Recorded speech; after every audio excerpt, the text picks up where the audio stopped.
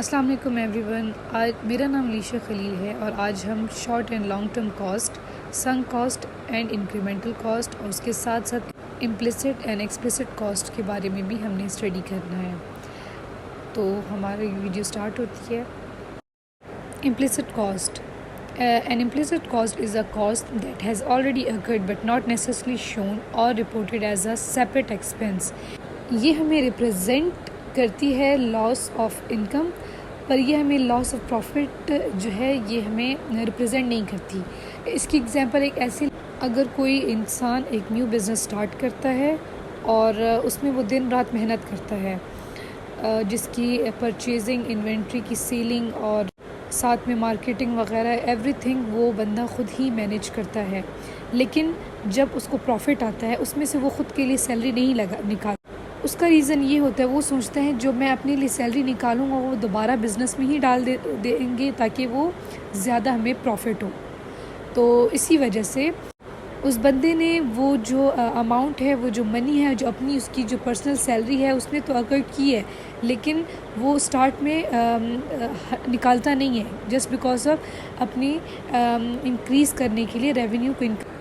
उसके ऑपोजिट में हमारे पास एक्सप्लिसिट कॉस्ट आते हैं जो कि हमने इनकर की होती है और उसके साथ साथ वो हमें बैलेंस शीट में शो करती है, जैसे कि हमारे जो एम्प्लॉयज़ के वेजेस हैं और उसके अलावा यूटिलिटी बिल्स, रेंट वगैरह जो आपने बैलेंस शीट में देखा होगा, ये सब चीज़ें मेंशन होती हैं जो कि हमें पे करनी होती है।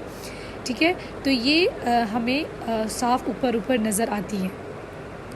हमारा नेक्स्ट टॉपिक है हमारे पास incremental and sunk cost. Sunk cost नाम से ही ज़ाहिर है वो पैसा जो कि डूब जाता है।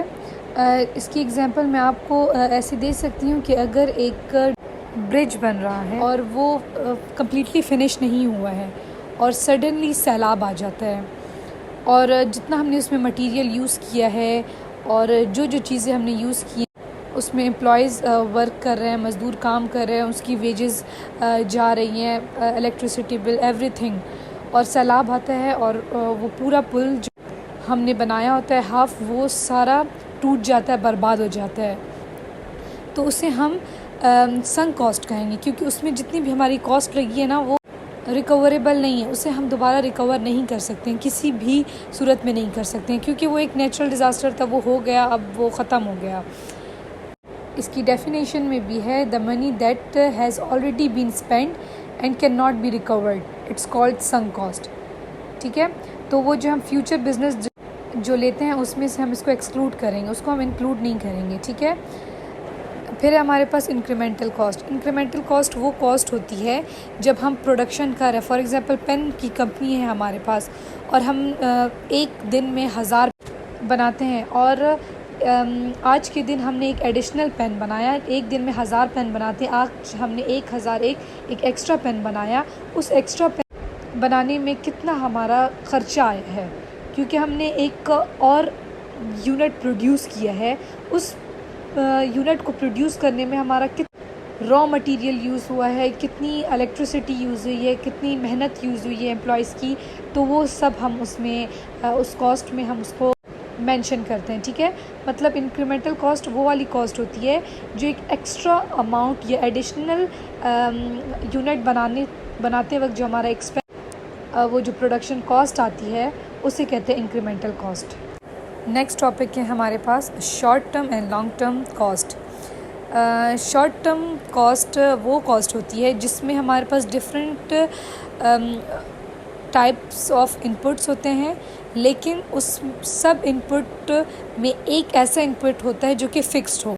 फॉर एग्ज़ाम्पल हमारे पास डिफरेंट टाइप के इनपुट्स हैं, लेकिन उसके साथ साथ एक इनपुट ऐसा होता है जो कि फ़िक्स्ड होता है, बाकी जितने भी इनपुट्स होते हैं वो हमारे पास वो वेरिएबल होते हैं। फ़िक्स्ड का मतलब वो होता है जो कि चेंज ना हो सके, और वेरिएबल उसे कहते हैं जो कि टाइम टू टाइम चेंज हो या सिचुएशन के हिसाब से चेंज हो या जब हम चाहें तब चेंज हो। शॉर्ट टर्म कॉस्ट की एग्जांपल आप ऐसे ले सकती हैं कि एक फैक्ट्री है जो सॉक्स बनाती है। ठीक है, उसमें जब उनका एक नॉर्मल एक छोटी सी फैक्ट्री है, ठीक है, और उनका एक ऑर्डर आता है 1000 सॉक्स बनाने का, तो उनके पास उसी हिसाब से एम्प्लॉयज़ मौजूद होते हैं, मशीन होती है, लैंड, लेबर, कैपिटल, सब कुछ होता है। लेकिन इसमें जो है हमारे पास एक चीज़ फ़िक्स्ड होती है, जो कि हम समझ लेते हैं वो प्लांट है, ठीक है। बाकी हमारे पास जो वेरिएबल है वो फॉर एग्ज़ाम्पल एम्प्लॉयज़, उनकी वेजेस और जो मटेरियल है, रॉ मटेरियल, वो सब हमारे वेरिएबल में आता है, जो कि चेंज होता है। जितना बड़ा ऑर्डर आएगा वो चेंज होता है। लेकिन यहाँ पर हमारे पास फ़िक्स्ड क्या है, वो मशीन है, प्लांट है हमारे पास। जो हम एक एग्ज़ाम्पल ले लेते हैं कि एक हमारे पास कंपनी है, सॉक्स बनाती है, उसके पास एक ऑर्डर आया है। जितना भी बड़ा ऑर्डर हो, वो कंपनी वो जो प्रोडक्ट हाउस है उसके अलावा वहाँ पर जो है एम्प्लॉयज़, वहाँ पे इलेक्ट्रिसिटी, वहाँ पर रॉ मटेरियल, हर चीज़ इंक्रीज़ डिक्रीज़ हो सकती है विदाउट प्लांट, क्योंकि जो प्लांट वाला जो इनपुट है ना वो हमारे पास फ़िक्स्ड है, वो हम चेंज नहीं कर सकते। मतलब हम एक ऑर्डर के लिए दूसरा प्लांट लाकर नहीं खड़ा कर सकते। इसीलिए हमारे पास रॉ मटेरियल उसको हम इंक्रीज़ कर सकते हैं, एम्प्लॉयज़ को हम इंक्रीज़ कर सकते हैं, ठीक है। लेकिन हम अपने प्लांट के साइज़ को इंक्रीज़ नहीं कर सकते हैं, क्योंकि वो फ़िक्स है हमारे पास।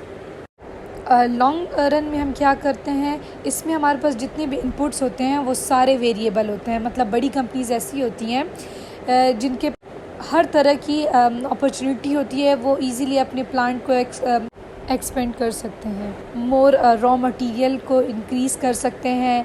उनकी बड़ी बड़ी मशीनें होती हैं, इसीलिए उनके बड़े ऑर्डर्स आते हैं। तो उनके पास सारे जो इनपुट होते हैं वो वेरिएबल होते हैं, उसमें कोई भी फिक्स इनपुट नहीं होते हैं। इसीलिए जो लॉन्ग रन है उसमें सारे वेरिएबल्स इनपुट वेरिएबल्स होते हैं, लेकिन शॉर्ट रन में एक मस्ट फिक्स्ड होता है। आई होप आपको इन टॉपिक्स की समझ आई होगी। Thank you so much.